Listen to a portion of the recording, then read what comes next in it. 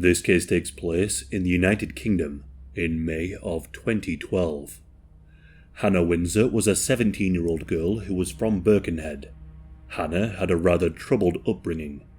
She had been diagnosed with attention deficit hyperactivity disorder, otherwise known as ADHD, and this caused her some issues during her time in school. However, despite this, she was a rather popular person. Her sister described her as the life and soul of a party, and that she was the kind of person who could make friends with anyone. Hannah was studying dance at college, in the hopes of one day becoming a dance teacher. In February of 2012, Hannah was living in hostel accommodation for homeless young people. The reasons as to why Hannah ended up homeless is unclear, although it was widely reported by the media that she had contact with a large number of agencies designed to help younger people, such as the representatives of health, education, social care, police, youth offending, and housing services. So this does hint that she was having some serious issues with her personal life. Hannah also had a boyfriend, an 18-year-old named Adam Lewis. The two met at a school designed for younger people who have behavioural issues. Adam was born in Morton, and just like Hannah, he too had ADHD. But Adam also had many other issues. He would later be described as a troubled young man. Growing up, he suffered greatly at the hands of his parents, and he was neglected by them quite badly. It is reported that Adam's development was delayed by learning difficulties. He had a very low IQ and a personality disorder. When Adam started school, it became apparent to the teachers that he was suffering a great deal. He was behind and struggled to concentrate. He also struggled to form relationships with his fellow classmates, showing little interest in making friends. There are also reports showing that he could sometimes lash out in violent ways. When Adam was around 9, his parents lost custody rights due to them making no efforts to rectify the issues, and he was subsequently sent to live with his grandparents. By all accounts, his grandparents did everything they could and tried their best to heal whatever trauma he had faced in his short years. But it seemed like the damage had already been done. Adam would soon show all of the typical symptoms of someone who had suffered in their formative years. His behaviour was said to be incredibly impulsive, and he struggled a lot at school. It became clear that Adam was in need of an education specially tailored to someone with mental health issues. When he was around 11, he began setting fires and causing harm to himself. He also started drinking alcohol and taking illegal substances. Reports show that Adam had a limited ability to think things through and struggled to control his actions. It's around this point where Adam was transferred to the special school where he would meet Hannah Windsor. The two began a relationship sometime when they were older, perhaps somewhere around 2011. By the time that Adam was 18, he had the mental age of someone around 11. I couldn't find a great deal of information about the couple's relationship, but it does seem that they were incredibly turbulent, and they would often break up and get back together. In 2011, Adam's behaviour became even more concerning. It was on the 12th of May that he burgled the flat of the ex-boyfriend of his sister, stealing a number of items. But after ransacking the flat, Adam decided to set 2 fires before leaving. This caused a great deal of damage to their home, destroying some furniture and causing a significant amount of smoke damage. His actions also put the lives of others who lived nearby in great danger. The emergency services were called, and the fire was extinguished. But Adam knew that it wouldn't be long until the police figured out that he was the one responsible for the fires. Realizing this, he decided to lay low. He went into hiding and planned to spend a number of nights camping out on Bidston Hill. He set up a camp in the area, and Adam took with him a number of necessities that he would need to stay for a long time in the wooded area. One of these items was a Swiss Army knife. Once Adam set up camp, he pulled out his mobile phone and he made a call to Hannah. He told her to come and see him at the location at some point soon. But during this phone call, Adam ended up telling Hannah all about the burglary and arson, describing to her in great detail about what he had done. Meanwhile, the police were on the lookout for Adam, and a warrant was soon out for his arrest. Hannah must have been rather disturbed by Adam's admission of his crimes, so with the information he had given to her, she decided to go to the police station and tell them everything she knew about the arson and burglary. On Monday the 14th of May, she made her statement to the police. She sat with the police for some time, and before she left, they handed Hannah a note. On this note was a number which she could use to directly call the investigators at any time. They also explained to Hannah that Adam was an extremely dangerous individual, and told her that she should stay away from him. Despite this warning, Hannah still decided to meet up with Adam. She visited the campsite where Adam was hiding on Wednesday the 16th of May. What exactly happened from this point on isn't exactly clear. However, this is what the police believe happened. While the two were together on the campsite, Adam discovered that Hannah had been to the police and had given them information about his crimes. The little note with a number on that the police had given her was torn to pieces near where the campsite was. Adam likely flipped out and became deeply enraged. Only Adam knows the order in which the following attacks occurred, but I shall share the horrors of what Hannah suffered. Adam grabbed and beat Hannah before tying her to a tree. He covered Hannah's mouth with tape and her clothing was removed. Adam then proceeded to force himself upon Hannah. A sharp object was inserted into Hannah's privates, causing internal injuries. The small Swiss Army knife that Adam had brought with him was also used to cut her private areas too.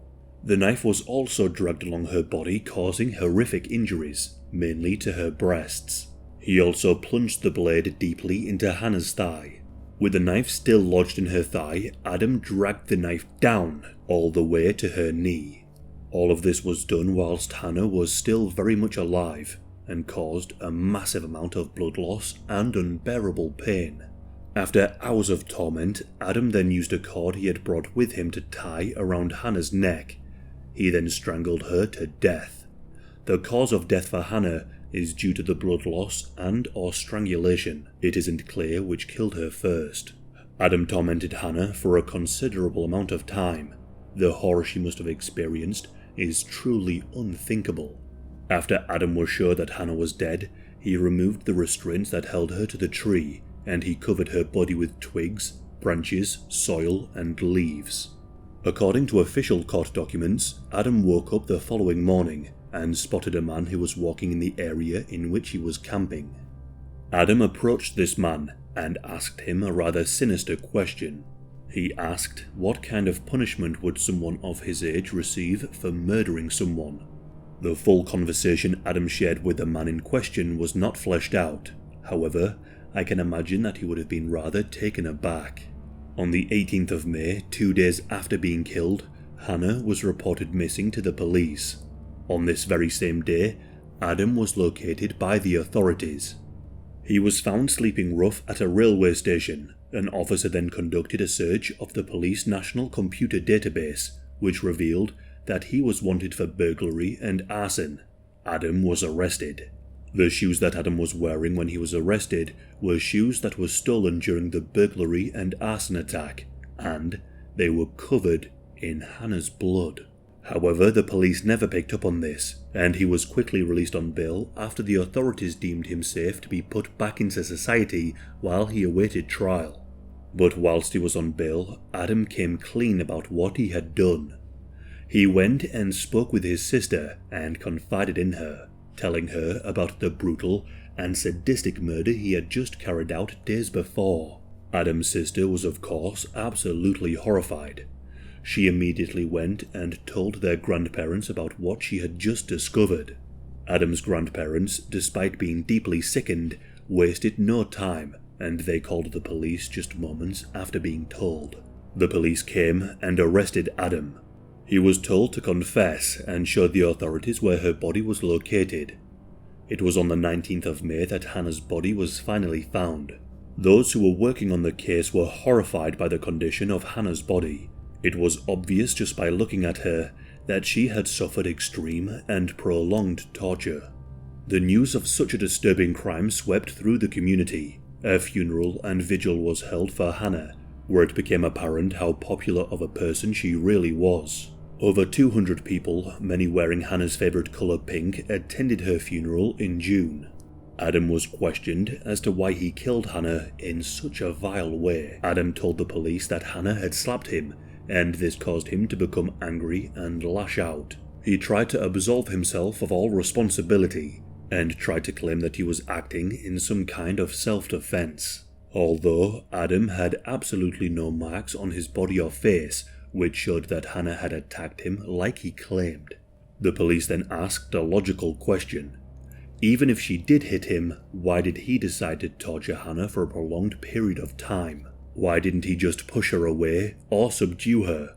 To this question, Adam had no reply, and he has never given a true motive as to why he killed Hannah the way he did.